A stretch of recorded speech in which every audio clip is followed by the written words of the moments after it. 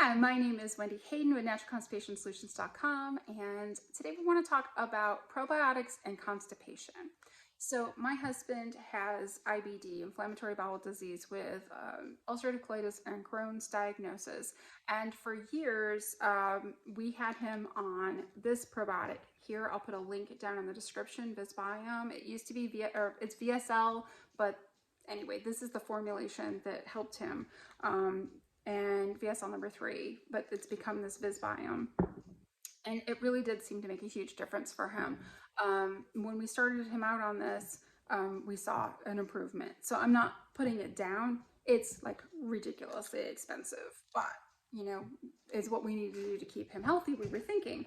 But in the last year or so, there's been some new research that they had people who were put on antibiotics, and they had some of the people take a probiotic and some of the people did not take a probiotic. And then they tested their gut microbiome 30 days later to see which one was more diverse. And you would assume it would be the one that was taking, like, these are like $64 and this doesn't even last a month.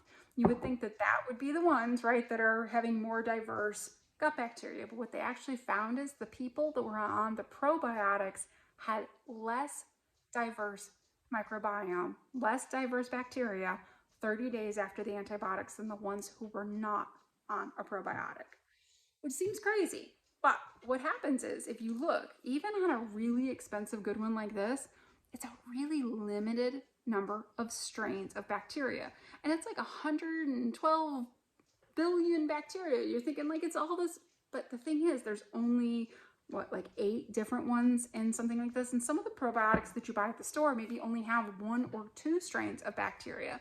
So what you're getting is a replication, millions and millions and millions of copies of the same 1 to 8 whatever strains of bacteria over and over and over again. And what that happens is, it's, instead of not having any bacteria, which is probably where my husband was, because he's had his large intestine removed and colon removed and, you know, all sorts of gut problems that almost killed him. So adding this probably did help him. But long term, you know, it's so much more important to work on a good, diverse microbiome. So if we're not going to use a probiotic, like, what are you going to do to help increase that gut bacteria diversity to help with your chronic constipation or other gut issues? And one of the most important things that you can do is so easy. It is go outside, play around in the dirt, breathe good air. We're like in air-conditioned cars and air-conditioned houses and air-conditioned schools, and our kids have sanitary everything, and we're cleaning everything all the time because we don't want germs and we're scared of everything coming in our house. But children that have a pet in their house automatically have better gut bacteria than ones that don't. So having like a pristine, immaculate environment actually isn't really good for your gut bacteria. We need to be exposed to lots of different things. And one of the easiest things you can do is literally go outside and breathe good, clean air. So go to the beach, go to the lake, go to the mountains, go to the desert, travel, those things. Go to the park and play, you know, get your kid outside and you do that to get better bacteria that you're breathing it in. You actually literally breathe in all this good bacteria. And that is so easy. It's free, and except a trip to the beach. But then you have an excuse to go to the beach, which is great too. So that is a really good, easy one. Another thing you can do that, you know, you can go to the store or you can make yourself is fermented foods, vegetables, fruits, drinks. There's so many really tasty, wonderful fermented foods, and you think, like, my kid is probably not going to eat fermented food. And my kid has sensory issues, and he's a super taster, and I was shocked. He loves my fermented carrots. And, you know, they're not that hard to make. He thinks it's this amazing treat when I make them for him. They're tasty, they're good, they've got kind of a pickled kind of taste to them, they're crunchy. He likes that so much. I make fermented pickles. I have a cookbook actually that's got a few fermented recipes, but you can find fermented recipes everywhere. I'll put the link to the cookbook down below in case you're interested. But like, there are some wonderful fermented foods and drinks that you can just get at the grocery store. The other day I was like, I think at Wegmans, and I'm looking, and there's like a whole shelf with, you know, all different sorts of sauerkraut, And those aren't going to be probably as good as if you make them at home yourself, but they're so easy, and you can just throw a little bit of the brine in anything.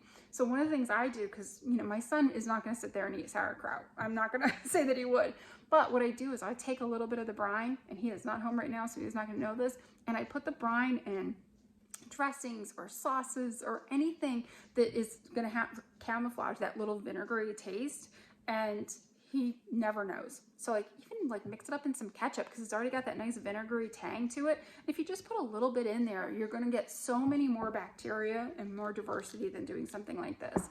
So some people do really well with a water kefir or a kombucha. They all have beneficial bacteria and beneficial yeast and things like that are going to do better for you than taking a probiotic long term.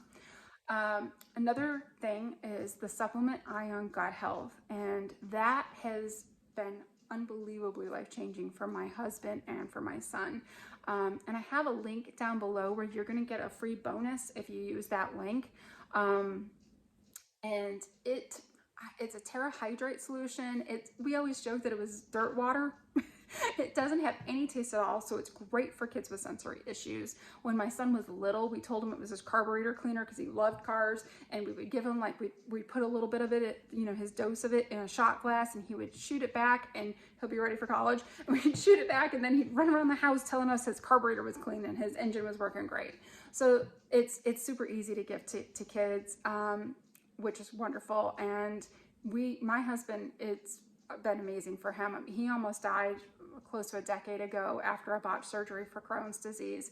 And when we found our integrative medicine doctor and he got my husband on Ion Gut Health, it was amazing change. We did other changes too. We changed diet, went gluten-free and things like that. We really worked hard to get organic foods in our diet. But the Ion was an amazing thing for a switch.